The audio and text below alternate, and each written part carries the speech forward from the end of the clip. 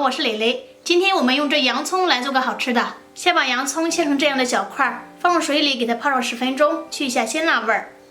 再准备一张干豆皮，给它这样叠起来，切成长条，越细越好。再切成小丁儿，装入盘里备用。准备10块钱的瘦猪肉，给它切成薄片。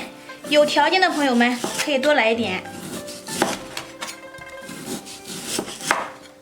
再改刀切成长条，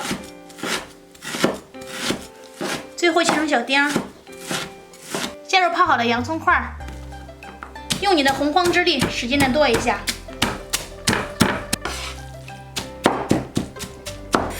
剁成这样就行了，收入大碗里。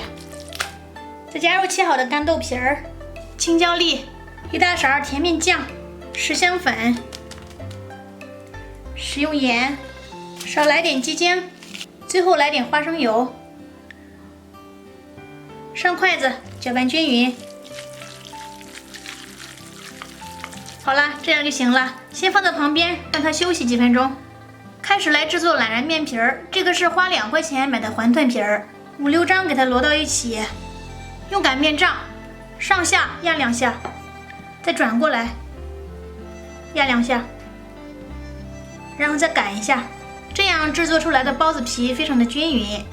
再利用一个小碗给它转一圈，这样我们的包子皮儿就做好了。这种做法非常适合那些不擅长和面的朋友们，包上调好的馅料，转着圈的给它捏紧就行了。做好了以后，冷水入锅，盖上盖子，开锅以后蒸5分钟。准备一个小碗，加入切好的香菜，来点生抽、米醋，最后来点芝麻油，搅拌均匀，放在旁边备用。时间到了，但水蒸气没有了，开始给它出锅。哇，看起来非常的好吃。来看一下，这个皮真的非常的薄，赶紧试一下，配上调好的香菜料汁，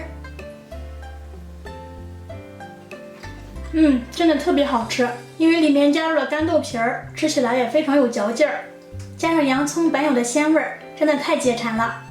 好了，今天的视频就到这里了，这个做法我要强烈推荐一下，喜欢的赶紧收藏，感谢您的观看，我们下期再见。